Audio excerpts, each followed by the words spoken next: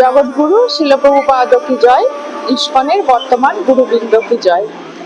এখন আমরা শ্রীক্ষেত্র পুরী ধামে সমুদ্র তটে আছি। বড় মনোরম এই দৃশ্য, বড় মধুর এই আনন্দ।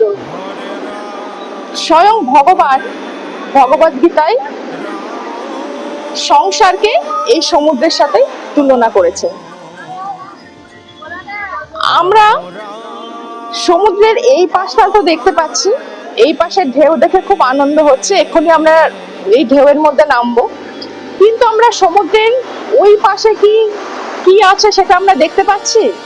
আমরা দেখতে পাচ্ছি না। আমাদের এই খালি চোখে কিন্তু আমরা জানতে পারছি না কি আছে। আমাদের এই জীবনটাও সেই রকম। আমরা জন্মটাকে তো দেখতে পাই, কিন্তু আমাদের যে মৃত্যু আছে, একদিন আমাদের মৃত্যুবরণ করতে হবে, সেই মৃত্যুর সময়টাকে আমরা দেখতে পাই না। আমার এখন যদি খুব তৃষ্ণা লাগে, তাহলে এই সমুদ্রের জল কি আমার তৃষ্ণা মেটাতে পারবে? পারবে না। আমার তৃষ্ণা কয়েক গুণ বেড়ে যাবে। সেই রকম আমরা যত সংসারে ভোগ বাসনার মধ্যে আবিষ্ট হচ্ছি, আমাদের দিন দিন ভোগের ইচ্ছা আরো বেড়ে যাচ্ছে।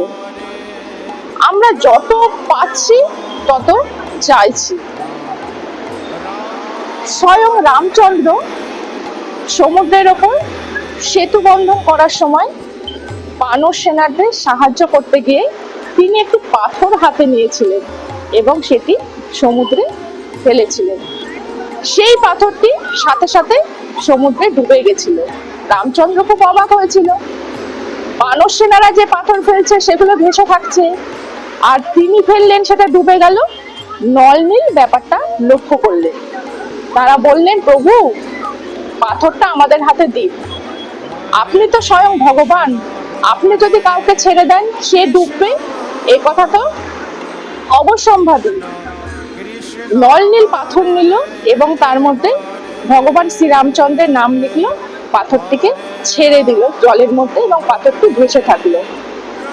ভগবান রামচন্দ্র বললেন, আজকে আমি জানতে পারলাম আমার থেকে আমার নামের মহিমাই বড়।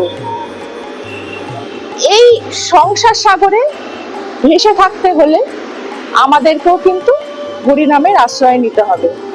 আমরা যদি হরিনামের আশ্রয় না নিই, তাহলে আমরা এই সংসার সাগরে ডুবে যাব।